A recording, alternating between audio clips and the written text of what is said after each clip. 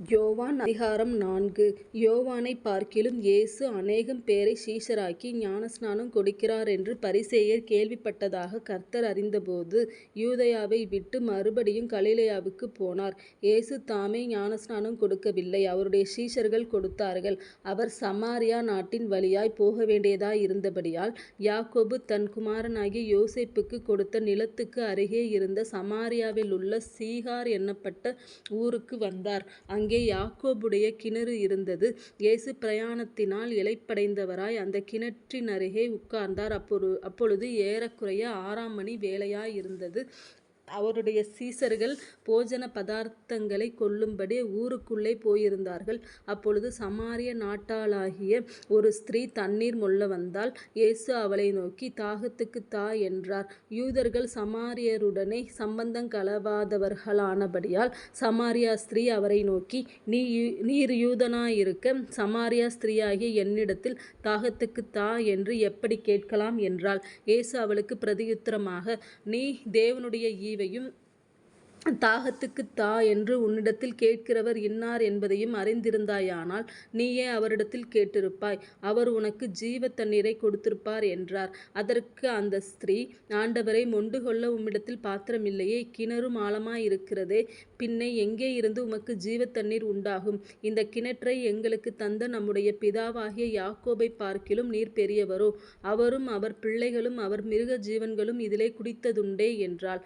இயேசு அவளுக்கு பிரதியுத்தரமாக, இந்த தண்ணீரைக் குடிக்கிறவனுக்கு மறுபடியும் தாகம் உண்டாகும். நான் கொடுக்கும் தண்ணீரைக் குடிக்கிறவனுக்கோ ஒரு காலும் தாகம் உண்டாகாது.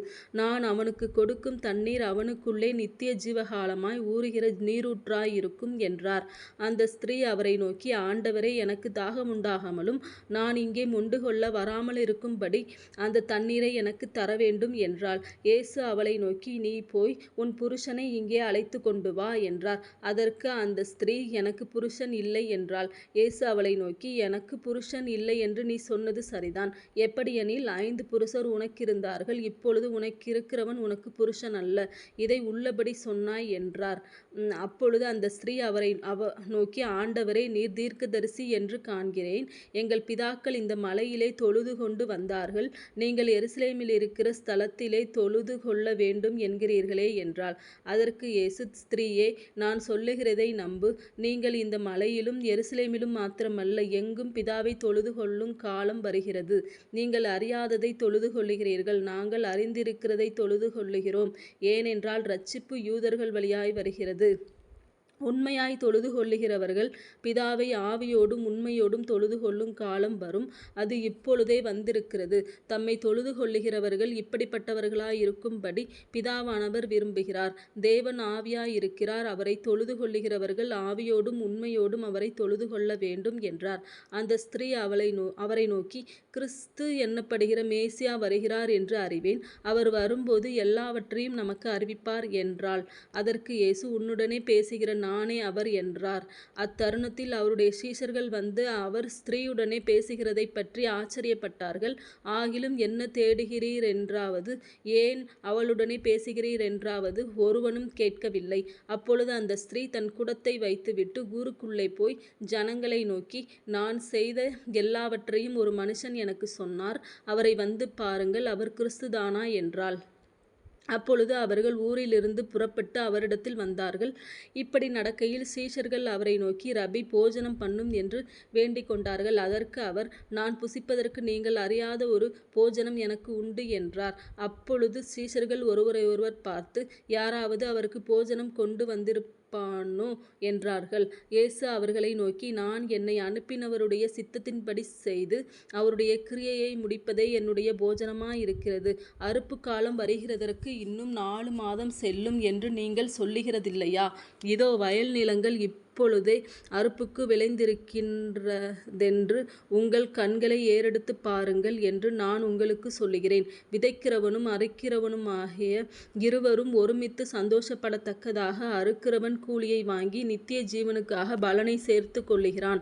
விதைக்கிறவன் ஒருவன், அறுக்கிறவன் ஒருவன் என்கிற மெய்யான வழக்கச்சொல் இதனாலே விளங்குகிறது. நீங்கள் பிரயாசப்பட்டு பயிரிடாததை அறுக்க நான் உங்களை அனுப்பினேன். மற்றவர்கள் பிரயாசப்பட்டார்கள், அவர்களுடைய பிரயாசத்தின் பலனை நீங்கள் பெற்றீர்கள் என்றார். நான் செய்த எல்லாவற்றையும் எனக்கு சொன்னார் என்று சாட்சி சொன்ன அந்த ஸ்திரீயினுடைய வார்த்தையின் நிமித்தம் அந்த ஊரிலுள்ள சமாரியரில் அநேகர் அவர் மேல் விசுவாசமுள்ளவர்களானார்கள். சமாரியர் அவரிடத்தில் வந்து தங்களிடத்தில் தங்க வேண்டும் என்று அவரை வேண்டிக் கொண்டார்கள். அவர் 2 நாள் அங்கே தங்கினார். அப்பொழுது அவருடைய உபதேசத்தின் நிமித்தம் இன்னும் அநேகம் பேர் விசுவாசித்து அந்த ஸ்திரீயை நோக்கி, உன் சொல்லின் நிமித்தம் அல்ல, அவருடைய உபதேசத்தை நாங்களே கேட்டு அவர் மெய்யாய் கிறிஸ்துவாகிய உலக இரட்சகர் என்று அறிந்து விசுவாசிக்கிறோம் என்றார்கள். 2 நாளைக்கு பின்பு அவர் அவ்விடம் விட்டு புறப்பட்டு கலிலேயாவுக்கு போனார். ஒரு தீர்க்கதரிசிக்கு தன் சொந்த ஊரிலே கனமில்லை என்று இயேசு தாமே சொல்லி இருந்தார். அவர் கலிலேயாவில் வந்தபோது எருசலேமில் பண்டிகையிலே அவர் செய்த எல்லாவற்றையும் பார்த்திருந்த கலிலேயர் அவரை ஏற்றுக்கொண்டார்கள். அவர்களும் பண்டிகைக்கு போயிருந்தார்கள். பின்பு இயேசு தாம் தண்ணீரை திராட்சரசமாக்கின கலிலேயாவிலுள்ள கானா ஊருக்கு மறுபடியும் வந்தார். அப்பொழுது கப்பர்நகூமிலே ராஜாவின் மனுஷரில் ஒருவனுடைய குமாரன் வியாதியாயிருந்தான். இயேசு யூதேயாவிலிருந்து கலிலேயாவிற்கு வந்தாரென்று அந்த மனுஷன் கேள்விப்பட்டபோது அவரிடத்திற்கு போய் தன் மகன் மரண அவஸ்தையாயிருந்தபடியினாலே அவனை குணமாக்கும்படிக்கு வரவேண்டும் என்று அவரை வேண்டிக் கொண்டான்.